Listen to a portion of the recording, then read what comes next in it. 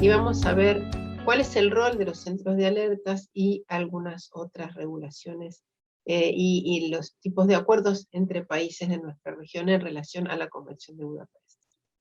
Entonces, recuerden que vimos ciertos delitos que se cometen, phishing, malware, ataque de negación de servicio. Entonces, ¿qué se puede hacer o qué se puede hacer cuando también se usa el sistema de nombres de dominio? Sabemos que hay un dominio que está realizando actividades delictivas, por ejemplo, dirigiendo el tráfico hacia un sitio donde se toman datos personales, o donde se toman claves o datos bancarios. Entonces, ¿qué se puede hacer técnicamente para poder evitar este tipo de delitos? Bueno, primero es dar de baja el dominio o el sitio web, que es una medida extrema y a veces no es tan sencilla de poder hacer.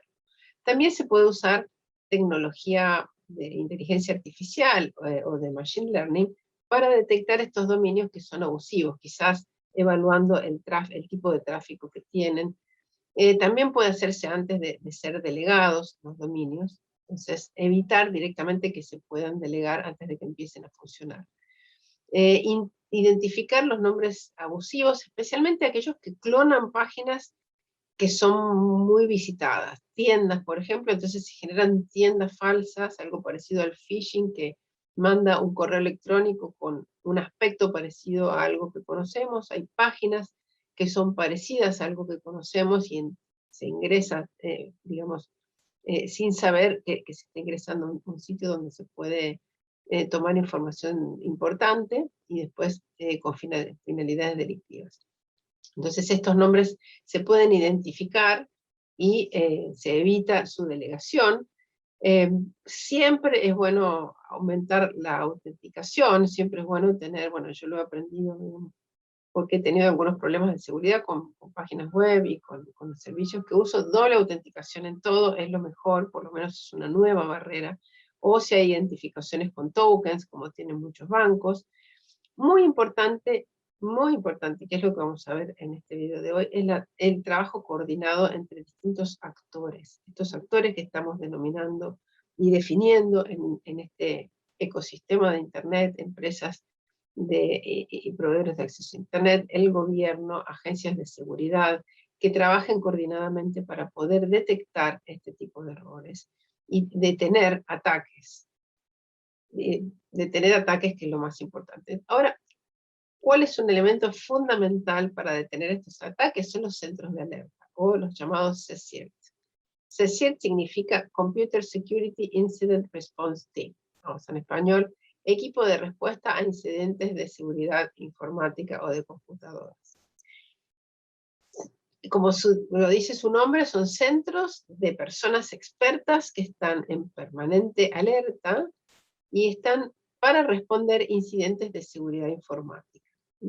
Los CSIRT cumplen un rol súper importante en la seguridad informática. Ahora, fíjense que no son necesariamente formalmente entidades, hay CSIRT privados, hay CSIRT del gobierno.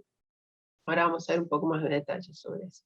Entonces, ¿qué es un CSIRT? Es un equipo de especialistas de seguridad informática, muy expertos, que ejecuta, coordina y apoya la respuesta a incidentes de seguridad ocurridos en su comunidad objetivo. Por ejemplo, hay CSIRT que son para informática gubernamental, hay CSIRT que son para bancos, hay CSIRT que son para industrias específicas.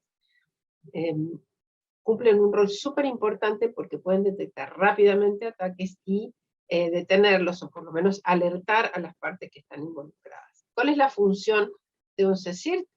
Servicios para el manejo de incidentes. Colabora con la comunidad objetivo, por ejemplo, si es la comunidad de los bancos, para que se recuperen de ataques. Ayuda a minimizar el control del daño de uno de estos incidentes que hemos mencionado, y también, por supuesto, para prevenir futuros incidentes. Por ejemplo, pueden detectar un aumento del tráfico en alguna zona de la red o en alguna parte de la comunidad objetiva a la que están apuntando, y pueden detectar quizás que haya en ese lugar alguna computadora que esté usada como parte de un botnet, o que haya algún ataque específico. Entonces se alerta.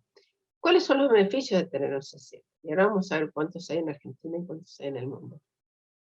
Gestión de incidentes, dar una respuesta planificada que permita ayudar en el momento de una crisis, de un ataque, contener el incidente y ser un punto de contacto para que la comunidad objetivo tenga cómo contactar a algún experto que lo pueda ayudar, reportes de incidentes de seguridad.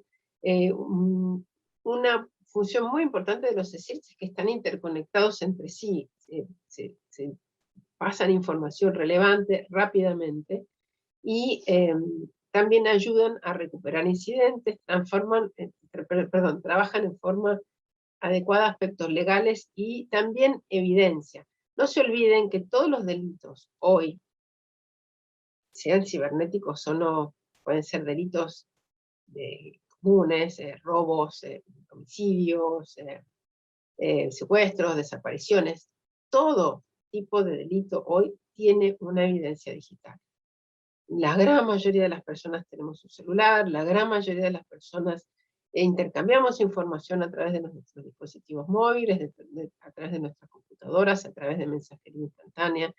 Las empresas de telefonía móvil tienen información de dónde están los móviles funcionando en cada momento. Entonces, esta evidencia digital es muy importante preservarla en caso de que haya que resolver algún caso, y los CSIRTs pueden ayudar a trabajar adecuadamente preservando esta evidencia, especialmente en los lugares donde son atacados, y también se puede publicar información que sea compartible para informar a la sociedad sobre los incidentes informáticos. Ahora, acá tienen un mapa. FIRST es una organización que está en Estados Unidos, una organización sin fines de lucro, que nuclea a los centros de alerta, a los CSIRTs del mundo.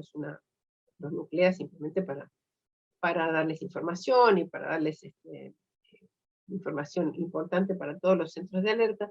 Y este mapa interactivo, después les voy a pasar un link en el documento donde les mande material de lectura.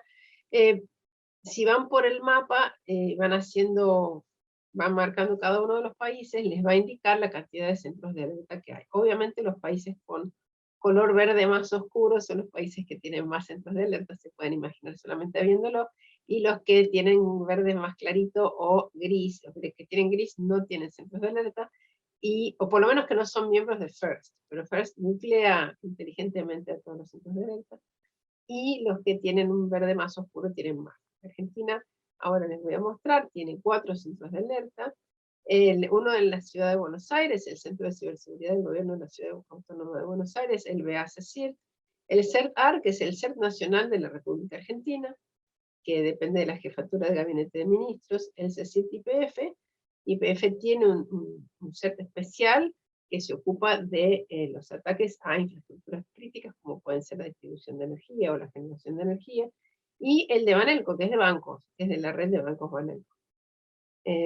Así que Argentina tiene ahí lo que hice en el mapa para encontrar esta información, hice clic en Argentina, así que si van al mapa que después les paso, que tienen este link, first.org members, pueden ver para cada uno de los países donde están los centros de alerta y quién los coordina. Ahora bien, yo les comenté que la Convención de Budapest es el único instrumento internacional que se relaciona con la prevención del ciberdelito, y fue elaborado por el Consejo de Europa, que no es lo mismo que la Unión Europea, pero tiene ciertos paralelismos con las dos organizaciones. Y este es un reporte de ciberseguridad de la OEA que muestra qué países se han adherido a la Convención de Budapest. Bueno, ¿por qué es importante? Porque la Convención establece una serie de medidas de intercambio de información y de colaboración entre países para resolver precisamente delitos transfronterizos que están en general relacionados con informáticos, que están relacionados con la interconectividad que nos trae Internet. Y acá tienen, los que tienen una marca amarilla, son los países que forman parte de la convención, como ven Argentina lo es desde el año 2015, distintos países, Brasil todavía, bueno, está por entrar ahora, México, Guatemala, dice países que han sido invitados a ascender a la Convención de Budapest, pero fíjense que hay una importante cantidad de países que lo han hecho, y como les comenté, hay otras iniciativas en Naciones Unidas impulsadas por distintos países, pero la verdad es que todavía ninguna se ha materializado en algo concreto. Cosa que no va a ser sencillo porque los intereses de los países en Naciones Unidas son muy diversos. eh, ya con, bueno, con las distintas visiones que tiene tanto Estados Unidos como China sobre el uso de la tecnología y otras diferencias más, va a ser difícil que se acuerde un único documento que sea vinculante para los países. Que sea vinculante significa que modifica, una vez aceptado, modifica las leyes nacionales para adecuarse a esa normativa internacional. Así que bueno, iremos viendo qué es lo que pasa. La Convención de Budapest está también en revisión en este momento, lo que algunos piensan que es necesario y otros que no, porque en realidad ha funcionado desde que se estableció a principios de los años 2000. Acá lo que les traje también del mismo reporte de ciberseguridad de la OEA es un poco el estado. Si ven el reporte, después les paso el link, hay un informe de todos los países de América Latina y hace una evaluación entre 2016 y 2020 sobre distintos aspectos que tienen que ver con la seguridad cibernética. Por ejemplo, si se ha desarrollado una estrategia nacional de seguridad. Argentina tiene un comité nacional de ciberseguridad establecido. Cómo es la respuesta a incidentes. Fíjense que los colorcitos verdes significa que está mejor que lo que estaba antes. Cómo se protegen las infraestructuras críticas, qué pasa en el manejo de crisis, qué pasa en la defensa cibernética, qué pasa en la redundancia de comunicaciones. Sobre la cultura, bueno, cuánta confianza hay en Internet. Acá parece que no hay muchas mejoras. Una cosa fundamental es la educación del usuario, incluso para los que estamos quizá más involucrados y más cerca de la capacitación y el uso de la tecnología. También es muy importante estar muy alerta y estar siempre informados y constantemente pensando en qué manera tener la información protegida. Acá les traje una, una referencia que tiene Interpol, que me parece muy interesante, que la sacó justo cuando apareció esta amenaza del COVID. Siempre hacer un backup online, siempre tener la seguridad de la red en la que trabajamos bien a punto, tener passwords que sean fuertes, ¿no? El 1, 2, 3, 4, 5, tener siempre la última versión de software, porque generalmente las versiones de software actualizadas son las que traen las actualizaciones en cuanto a seguridad.